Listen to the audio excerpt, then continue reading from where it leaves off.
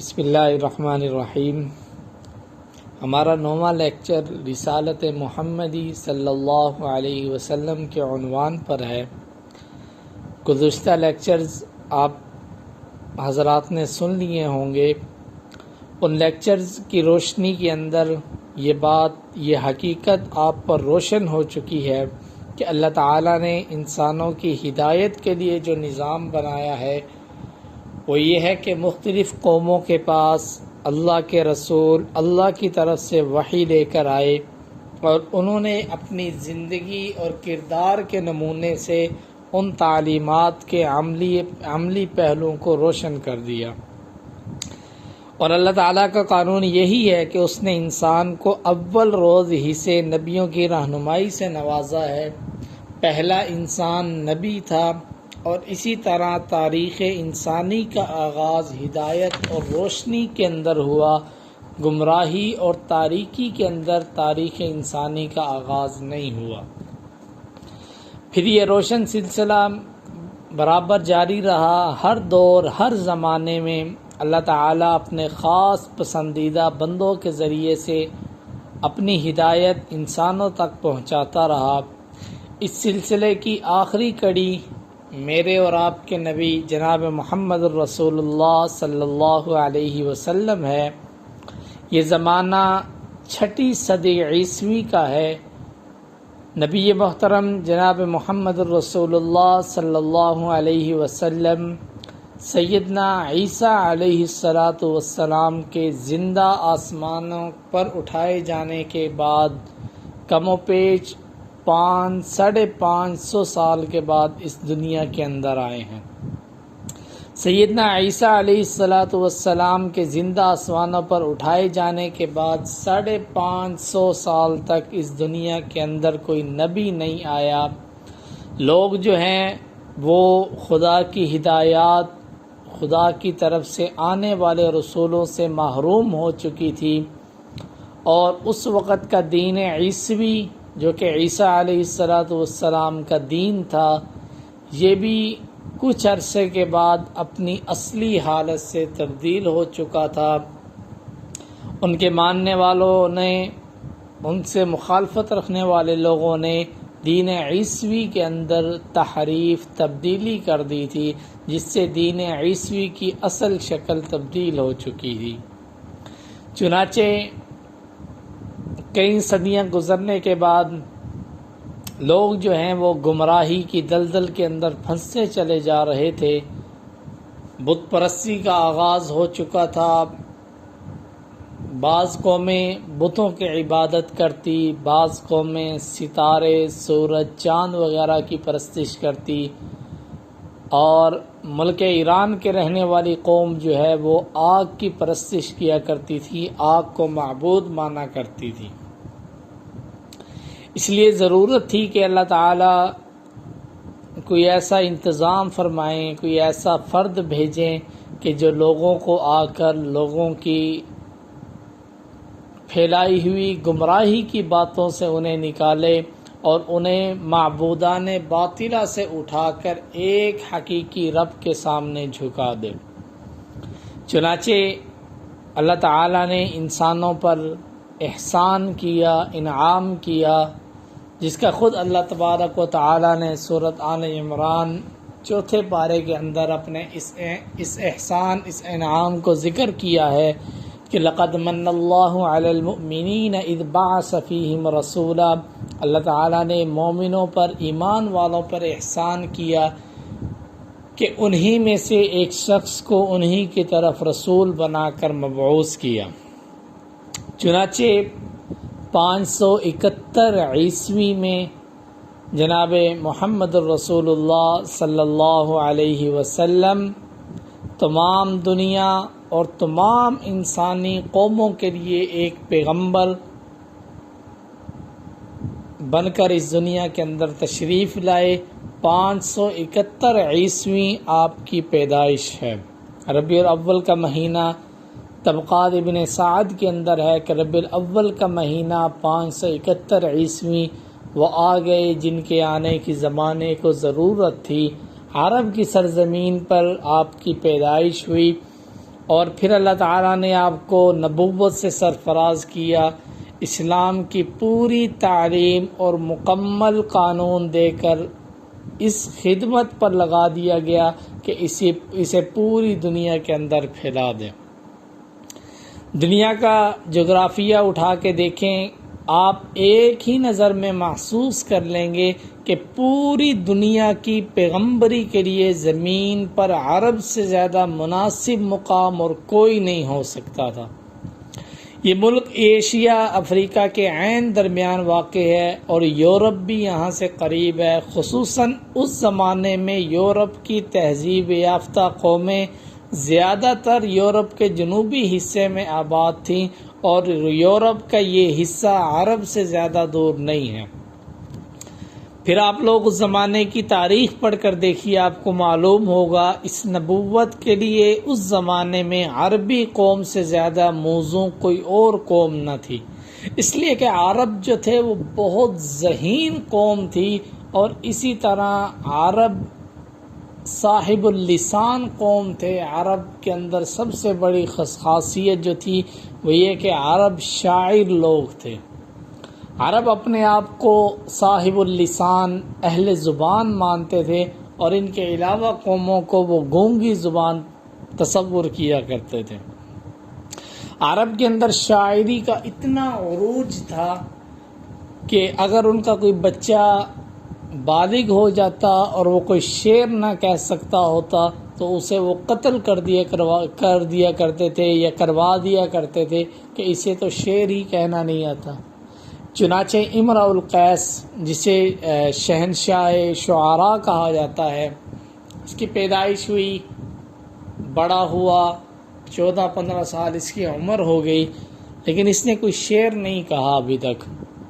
چنانچہ اس کے باپ نے اپنے غلاموں سے کہا کہ اسے لے جاؤ اور پہاڑ سے جا کر اسے نیچے گرا دو اور اسے مار ڈالو، اس لیے کہ اس کی عمر اتنی ہو گئی ہے، 14-15 سال اس کی عمر ہو گئی ہے، لیکن اس نے ابھی تک کوئی شعر نہیں کہا۔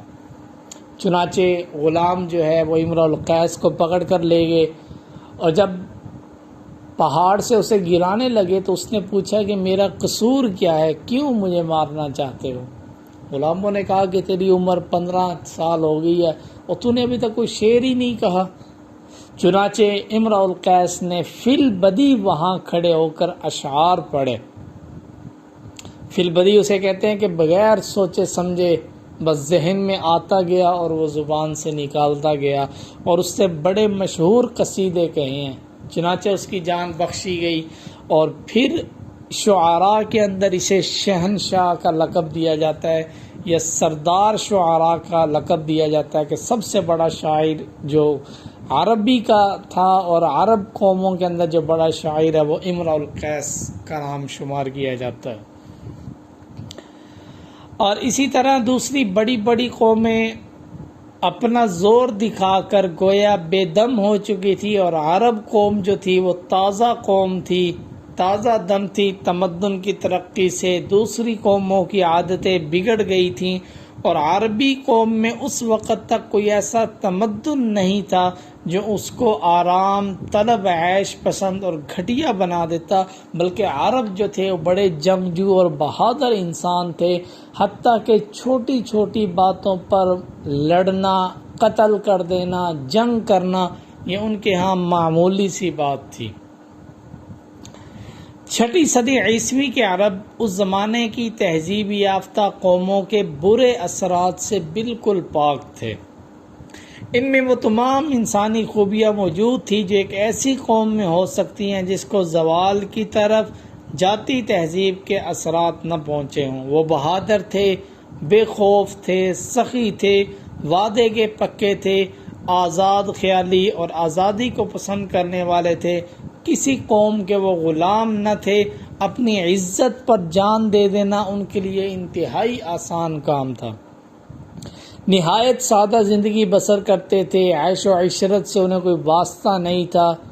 اس میں شک نہیں ہے کہ ان میں بہت سی برائیاں بھی تھیں، مگر یہ برائیاں اس لیے تھی کہ 2500 برس سے ان کے ہاں کوئی پیغمبر نہ آیا تھا، نہ کوئی ایسا رہنما پیدا ہوا تھا جو ان کے اخلاق درست کرتا، انہیں تہذیب سکھاتا۔ صدیوں سے ریگستان میں آزادی کی زندگی بسر کرنے کی وجہ سے ان میں جہالت پھیل گئی تھی، اور عرب جو تھے یہ بت پرست تھے، اور عرب کو بت پرستی پر لگانے والے شخص کا نام عمر ابن لحی ہے۔ عمر ابن لحی پہلا شخص تھا جس نے عرب کو سرزمین مکہ کو بت پرستی پر لگایا۔ یہ ملک شام کے سفر پر گیا، اس نے دیکھا لوگ جو ہیں وہ پتھروں کی مورتیاں بناتے ہیں اور ان کی عبادت کرتے ہیں، انہیں معبود تسلیم کرتے ہیں۔ چنانچہ یہ وہاں سے کچھ مورتیاں جو ہے عاریتاً لے آیا اور لا کر اس نے بیت اللہ کے اندر رکھ دی، اور اہل مکہ سے کہا کہ یہ تمہارے معبود ہے، انہی سے مانگا کرو، انہی کی عبادت کیا کرو، اور یہیں سے عرب کے اندر بت پرستی کا آغاز ہوا۔ تو عمر ابن لحی پہلا شخص تھا جس نے بت پرستی کا آغاز عرب کے اندر کروایا۔ تو میں بات یہ کر رہا تھا کہ صدیوں سے ریگستان میں آزادی کی زندگی بسر کرنے کی وجہ سے ان میں جہالت پھیل گئی تھی، اور وہ اپنی جہالت میں اس قدر سخت ہو گئے تھے کہ ان کو آدمی بنانا کسی معمولی آدمی کے بس کا کام نہ تھا۔ شراب ان کے ہاں پانی کی طرح استعمال کی جاتی تھی، لیکن اس کے ساتھ ساتھ ان میں یہ صلاحیت ضرور موجود تھی کہ اگر کوئی زبردست انسان ان کی اصلاح کر دے، اس کی تعلیم کے اثر سے وہ کسی اعلیٰ درجے کے مقصد کو لے کر اٹھ کھڑے ہوں تو وہ دنیا کو بدل کر رکھ دیں گے۔ پوری دنیا کے لیے آنے والے پیغمبر کی تعلیم کو پھیلانے کے لیے ایسی ہی جوان اور طاقتور قوم کی ضرورت تھی۔ اس کے بعد عربی زبان کو دیکھیے، اس زبان سے واقفیت، اس کے علم و ادب کے مطالعے سے آپ کو معلوم ہوگا کہ بلند خیالات کو ادا کرنے اور خدائے علم کی نہایت نازک اور باریک باتیں بیان کرنے اور دلوں میں اثر پیدا کرنے کے لیے اس سے زیادہ مناسب اور کوئی زبان نہ ہے۔ اس زبان کے مختصر جملوں میں بڑے بڑے مضامین ادا ہوتے ہیں، اور ایسی مٹھاس ہے اس زبان کے اندر کہ کانوں میں رس پڑتا معلوم ہوتا ہے، ایسا نغمہ ہوتا ہے کہ آدمی بے اختیار جھومنے لگتا ہے۔ قرآن مجید جیسی کتاب کے لیے ایسی ہی زبان کی ضرورت ہے۔ خود اللہ رب العزت نے فرمایا کہ ہم نے اس قرآن کو عربی کے اندر نازل کیا، اور اس قرآن نے آ کر عرب جو اپنی زبان پر بہت بڑا ناز کیا کرتے تھے اور یہ کہتے تھے کہ ہم سے زیادہ کوئی فصیح اللسان نہیں ہے، قرآن کی عربی نے آ کر ان کے اس دعوے کو بھی توڑ دیا، اور قرآن نے جا بجا آ کر اعلان کیا کہ اس کی مثل کوئی 10 صورتیں لے آؤ، کوئی 10 آیات لے آؤ، کوئی فَأْتُوا بِسُورَةٍ مِّن مِّثْلِهِ، اس کے مثل کوئی ایک صورت بھی لا کر دکھا دو۔ چنانچہ یہ قوم باوجود اہل زبان ہونے کے اس قرآن کے مقابل میں لانے سے عاجز آ گئی۔ بس اللہ تعالیٰ کی یہ بہت بڑی حکمت تھی کہ اس نے پوری دنیا کی پیغمبری کے لیے عرب کے مقام کو چنا۔ جس ذات مبارک کو اس کام کے لیے پسند کیا گیا وہ بھی بے مثال تھی۔ نبوت محمدی صلی اللہ علیہ وسلم کا عقلی ثبوت 1400 برس پہلے دنیا میں نہ بجلی کی تار تھی، نہ ٹیلی فون تھے، نہ ریل تھی، نہ چھاپے پرنٹنگ پریس تھے، نہ اخبار اور رسائل شائع ہوتے تھے، نہ کتابیں چھپتی تھی، نہ ٹیلی ویژن، نہ انٹرنیٹ کا کوئی تصور تھا، نہ سفر اور گھومنے پھرنے کی وہ آسانیاں تھیں جو آج کل پائی جاتی ہیں۔ ایک ملک سے دوسرے ملک تک جانے میں مہینوں کا سفر طے کرنا پڑتا تھا۔ ان حالات میں دنیا کے درمیان عرب کا ملک سب سے الگ تھلگ پڑا ہوا تھا۔ اس کے ارد گرد ایران، روم اور مصر کے ملک تھے جن میں کچھ علوم و فنون کا چرچا تھا، مگر ریت کے بڑے بڑے سمندروں نے عرب کو ان سے جدا کر رکھا تھا۔ عرب سوداگر اونٹوں پر مہینوں کا سفر طے کر کے ان ملکوں میں تجارت کے لیے جاتے تھے، مگر یہ تعلق صرف مال کی خرید و فروخت کی حد تک تھا۔ خود عرب میں کوئی اعلیٰ درجے کا رہن سہن نہ تھا، نہ کوئی مدرسہ، نہ کوئی مکتب، نہ کوئی کتب خانہ، نہ لوگوں میں تعلیم کا رواج تھا۔ تمام ملک میں گنتی کے چند لوگ تھے جن کو کچھ لکھنا پڑھنا آتا تھا، مگر وہ بھی اتنا نہیں کہ اس زمانے کے علوم و فنون سے واقف ہوں۔ وہاں کوئی باقاعدہ حکومت نہ تھی، کوئی قانون نہ تھا، ہر قبیلہ اپنی جگہ خود مختار تھا، آزادی کے ساتھ لوٹ مار ہوتی تھی، آئے دن خون ریز لڑائیاں ہوا کرتی تھی، آدمی کی جان کی کوئی قیمت نہیں تھی، جس کا جس پر بس چلتا اسے مار ڈالتا، اس کے مال پر قبضہ کر لیتا۔ لوگ جو ہیں وہ ایک دوسرے کے سامنے بے تکلف عریاں ہو جاتے تھے، عورتیں تک خانہ کعبہ میں ننگی ہو کر طواف کرتی تھی، حلال و حرام کی کوئی تمیز نہیں تھی، نہ کسی حاکم کی اطاعت قبول کرتے تھے یہ لوگ۔ ان پر جہالت کی یہ کیفیت تھی کہ ساری قوم پتھر کے بتوں کو پوجتی تھی۔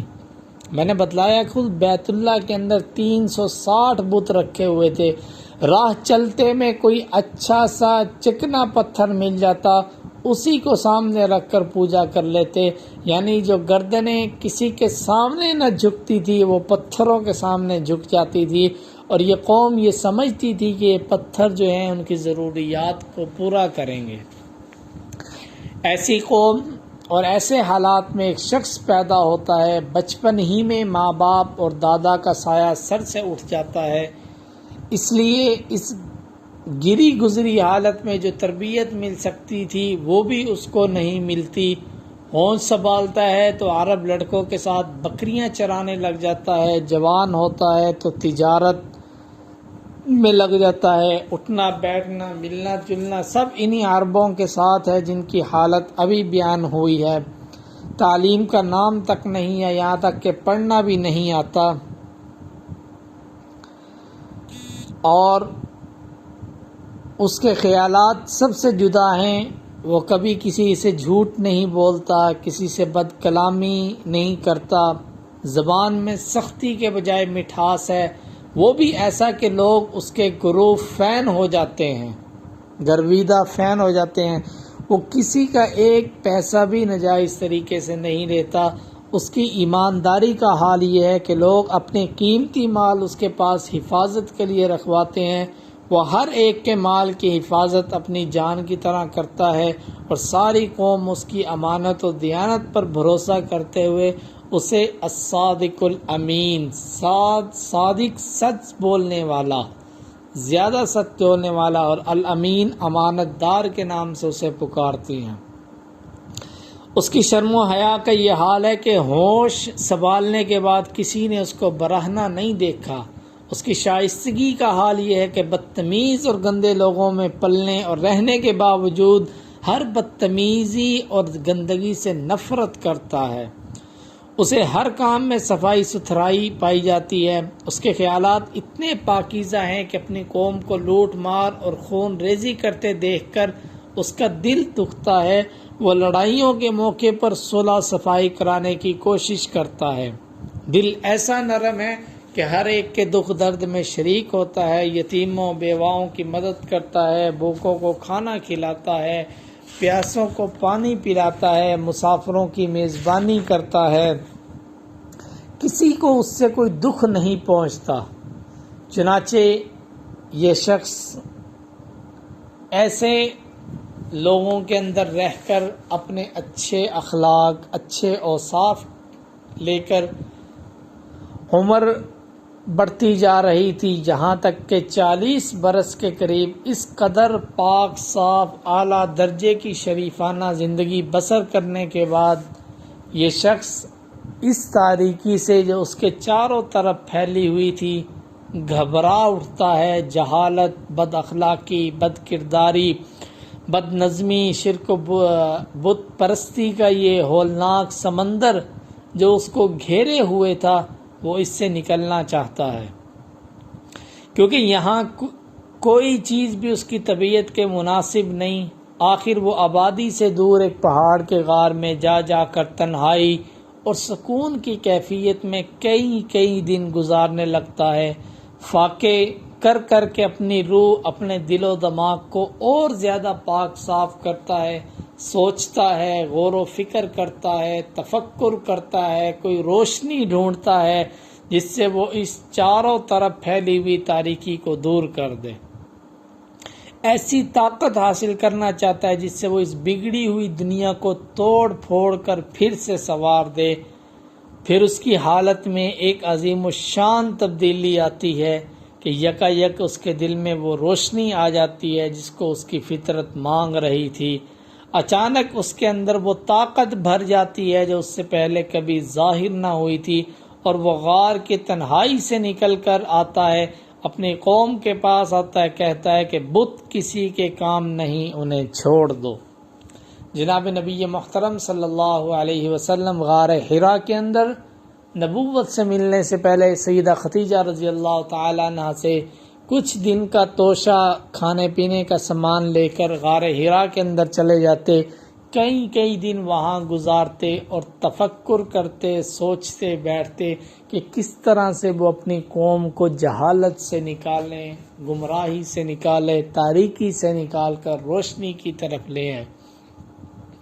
چنانچہ آپ غار حرا کے اندر موجود تھے کہ یکا یک ایک فرشتہ نمودار ہوا اور آ کر اس نے کہا کہ اقرأ یا محمد صلی اللہ علیہ وسلم، اے محمد صلی اللہ علیہ وسلم پڑھیے، اقرأ پڑھیے۔ آپ نے فرمایا کہ ما انا بقارئ، میں قاری نہیں ہوں، میں پڑھا ہوا نہیں ہوں، مجھے پڑھنا نہیں آتا۔ چنانچہ جبریل امین نے آپ کو اپنے سینے کے ساتھ لگا کر دبایا، پھر چھوڑا، دوسری مرتبہ پھر کہا کہ اقرأ پڑھیے۔ آپ نے پھر فرمایا کہ ما انا بقاری، میں پڑھا ہوا نہیں ہوں۔ دوسری مرتبہ پھر جبریل امین نے آپ کو سینے سے لگا کر دبایا، چھوڑ دیا۔ تیسری مرتبہ پھر کہا کہ اقرأ پڑھیے۔ آپ نے پھر تیسری مرتبہ یہی جواب دیا کہ ما انا بقارئ، میں قاری نہیں ہوں، میں پڑھا ہوا نہیں ہوں۔ چنانچہ جبریل امین نے پھر تیسری مرتبہ پکڑ کر آپ کو اپنے سینے سے لگا کر چھوڑ دیا، اور چوتھی مرتبہ جبریل امین نے سورۃ علق کی ابتدائی 3-4 آیات کو تلاوت کیا کہ اقرأ بسم ربک الذی خلق، خلق الانسان من علق، اقرأ وربک الاکرم الذی علم بالقلم، علم الانسان ما لم يعلم۔ سورۃ علق کی ابتدائی آیات کی تلاوت جبریل امین نے آپ کے سامنے کی۔ اس کے بعد آپ پر وحی نبوت کا ایک ایسا خوف محسوس ہوا کہ آپ فوراً غار حرا سے گھر تشریف لائے، اور سیدہ آپ کی زبان سے نکل رہا تھا کہ زملونی زملونی، مجھے کوئی چادر دے دو، مجھے کوئی کھیس اوڑھ دو۔ چنانچہ سیدہ خدیجہ کبریٰ رضی اللہ تعالی عنہا نے آپ کو ایک چادر دی، کمبل دیا، آپ اوڑھ کر لیٹ گئے۔ کچھ دیر کے بعد جب آپ کی طبیعت سنبھلی اور آپ نے غار حرا میں پیش آنے والا سارا واقعہ سیدہ خدیجہ کبریٰ رضی اللہ تعالی عنہا کو بیان کیا، چنانچہ اللہ تعالیٰ نے آپ کو نبوت سے سرفراز کیا، آپ کو نبوت کے لیے چنا۔ اتر کر حرا سے وہ سوئی قوم آیا، ایک نسخہ کیمیا اپنے ساتھ لایا۔ وہ جو 40 سال کی عمر مکہ کے اندر اس طرح سے گزارتا ہے کہ لوگ جو ہیں اسے صادق اور امین کے لقب سے پکارتے ہیں، اسی شخص کو اللہ تعالیٰ نے اپنی نبوت کے لیے چنا، اور اللہ تعالیٰ نے اسے نبی بنا کر بھیجا، اور اس نے آ کر پہلی جو تعلیم اپنی قوم کو دی، پہلا پیغام جو رب کا اپنے قوم کو سنایا، وہ یہی پیغام تھا کہ جن بتوں کی تم عبادت کرتے ہو ان بتوں سے کچھ نہیں ہوتا، لا الہ الا اللہ تفلحون، اے میری قوم لا الہ الا اللہ کہہ لو تو تم کامیاب ہو جاؤ گے۔ یہی پیغام سب سے پہلا توحید کا پیغام آپ لے کر اپنی قوم کے پاس آئے، لیکن جاہل قوم نے اس نیک انسان کو صرف اس قصور میں تنگ کرنا شروع کر دیا کہ وہ ایسی باتوں کو برا کیوں کہتا ہے جو باپ دادا کے وقت سے چلی آتی ہیں، وہ ان باتوں کی تعلیم کیوں دیتا ہے جو بزرگوں کے خلاف ہیں۔ قوم یہی بات کہتی تھی کہ ہم تیری بات کیسے مان لیں، کیسے ان بتوں کی عبادت چھوڑ دیں، ہمارے باپ دادا پردادا یہی کام کرتے آئے، انہی بتوں کو وہ پوجتے آئے، اب تو آ کر ہمیں کہتا ہے کہ ان بتوں سے کچھ نہیں ہوتا، کرنے والی ذات ایک ہے۔ یہ بات ہماری عقل کے اندر نہیں آتی۔ چنانچہ اسی بات پر قوم جو ہے وہ جناب محمد رسول اللہ صلی اللہ علیہ وسلم کے مخالف ہو گئی، اور اسی قصور پر قوم جو ہے نے آپ کو گالیاں دی، پتھر مارے، اتنا تنگ کیا کہ آپ کا جینا مشکل کر دیا مکہ کے اندر، آپ کے قتل کی سازشیں کی۔ 1-2 دن نہیں 13 برس سخت سے سخت ظلم توڑے، یہاں تک کہ آپ کو وطن چھوڑنے پر مجبور کر دیا، اور وطن سے نکال کر بھی چین نہ لیا۔ جہاں آپ نے جا کر پناہ لی وہاں بھی کئی برس تک آپ کو پریشان کرتے رہے۔ یہ سب تکلیفیں اس بلند رتبہ انسان نے کس لیے اٹھائی؟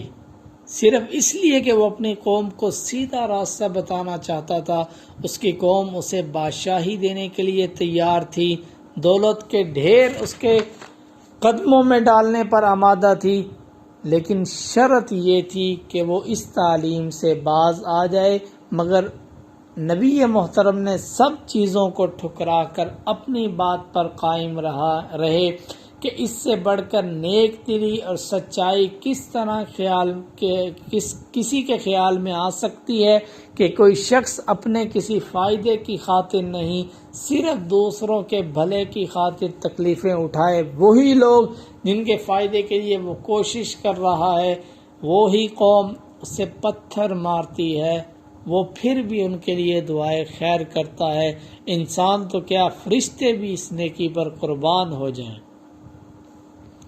پھر دیکھیے یہ عظیم انسان اپنے غار سے تعلیم لے کر نکلا تو اس کی ذات میں کتنی بڑی تبدیلی آ گئی۔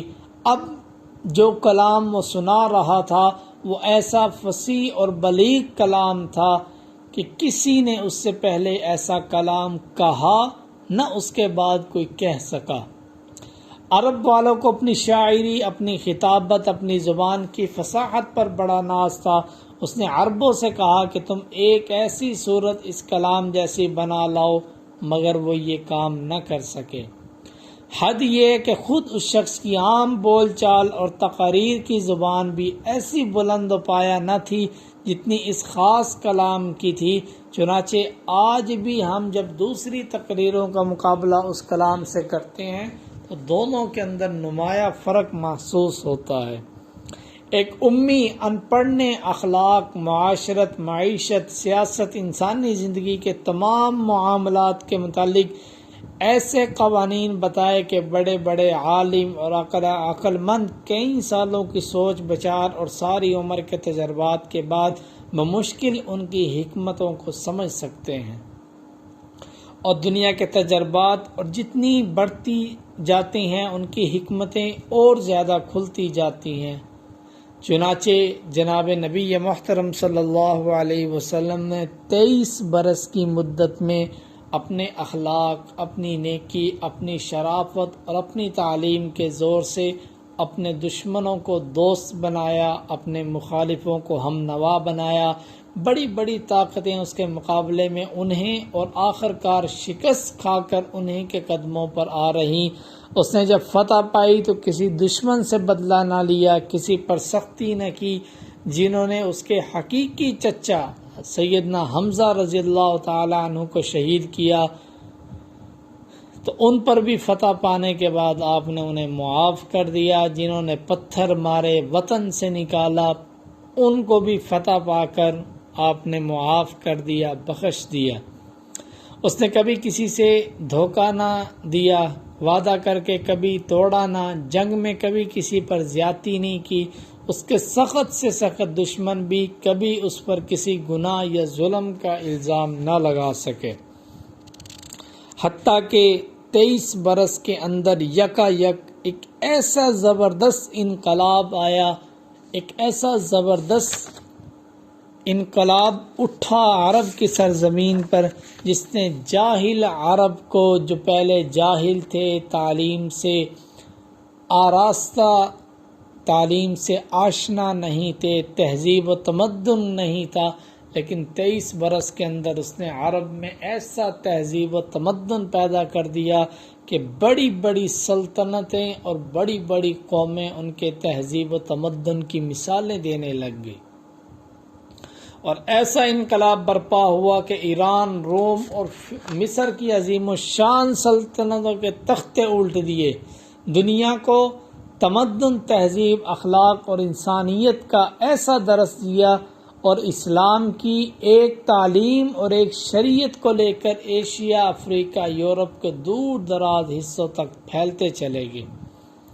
یہ حیرت انگیز کمالات دکھا کر اگر وہ انسان کہتا کہ میں انسان سے بالا تر ہستی ہوں، تب بھی کوئی اس کے دعوے کو غلط نہ کہہ سکتا تھا، مگر اس نے یہ نہیں کہا کہ یہ سب میرے کمالات ہیں، بلکہ اس نے ہمیشہ یہ کہا کہ یہ سب کچھ خدا کا ہے اور خدا کی طرف سے ہے۔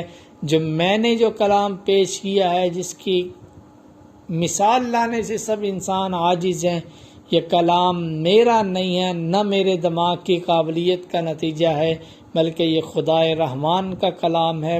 اس کی ساری تعریفیں خدا کے لیے ہیں، میرے جتنے کام ہیں، میری اپنی کوئی قابلیت نہیں ہے، محض خدا کی ہدایت سے ہے۔ ادھر سے جو کچھ اشارہ ہوتا، ادھر سے جو کچھ اشارہ ہوتا ہے، وہی کرتا ہوں میں، وہی کہتا ہوں۔ ایسے سچے انسان کو خدا کا پیغمبر کیسے نہ مانا جائے؟ اس کے کمالات ایسے ہیں کہ تمام دنیا میں ابتدا سے لے کر آج تک ایک انسان بھی اس جیسا نہیں ملتا۔ یہ ہے ہمارے سرکار، تمام جہانوں کے پیغمبر، جنہیں اللہ تعالیٰ نے وما ارسلناک الا رحمۃ للعالمین، دونوں جہانوں کے لیے رحمت بنا کر بھیجا۔ آمنہ کے لال، عبداللہ کے در یتیم، قاب قوسین کے مقام والے محمد مصطفیٰ احمد مجتبیٰ صلی اللہ علیہ وسلم کی ذات گرامی ہے۔ آپ کی پیغمبری کی دلیل خود ان کی سچائی ہے، ان کے عظیم الشان کارنامے، ان کے اخلاق، ان کی پاک زندگی کے واقعات سب تاریخوں سے ثابت ہیں۔ سیرت نگاروں نے جناب نبی محترم صلی اللہ علیہ وسلم کی زندگی کا ایک ایک حصہ، ایک ایک گوشہ اپنی سیرت کی کتابوں کے اندر لکھ دیا ہے۔ جو شخص صاف دل سے حق پسندی اور انصاف کے ساتھ ان سیرت کی کتابوں کا مطالعہ کرے گا، اس کا دل خود گواہی دے گا کہ وہ ضرور خدا کے پیغمبر ہیں۔ وہ کلام جو انہوں نے پیش کیا وہ یہی قرآن پاک ہے جسے ہم پڑھتے ہیں۔ اس بے مثال کتاب کو جو شخص بھی سمجھ کر کھلے دل کے ساتھ پڑھے گا، اس کو اقرار کرنا پڑے گا کہ یہ کتاب ضرور خدا کی کتاب ہے۔ کوئی انسان دنیا کا ایسی کتاب نہیں لکھ سکتا جس کے اندر کوئی غلطی نہیں، بلکہ خود اللہ رب العزت نے فرمایا کہ الف لام میم ذالک الکتاب لا ریب فیہ، یہ ایسی کتاب ہے جس کے اندر کوئی شک، کوئی شبہ نہیں ہے۔ دنیا کے اندر کوئی مصنف ایسا نہیں ہے جس نے اپنی کتاب لکھنے کے بعد یہ چیلنج کیا ہو کہ میری کتاب جو ہے وہ غلطیوں سے پاک ہو۔ کوئی دنیا کا ایسا مصنف نہیں دکھا سکتے، صرف ایک خدائے رحمان کی ذات ہے جس نے اپنی کتاب، اپنا کلام نازل کرنے کے بعد کہا کہ ذالک الکتاب لا ریب فیہ، اس کے اندر کوئی شک و شبہ نہیں ہے۔ اللہ تعالی ہمیں جناب نبی محترم صلی اللہ علیہ وسلم کی سچی اطاعت نصیب فرمائے، آپ کی سچی محبت، سچی اطاعت نصیب فرمائے، اور قرآن پاک جس عظیم الشان جو کتاب ہے اللہ تعالیٰ نے انسانوں کی ہدایت اور رہنمائی کے لیے کتاب اتاری ہے، اللہ تعالیٰ ہمیں اس کتاب کی قدردانی کی توفیق عطا فرمائے، اور اس کتاب کی رہنمائی کے اندر ہمیں اپنی زندگی گزارنے کی توفیق عطا فرمائے۔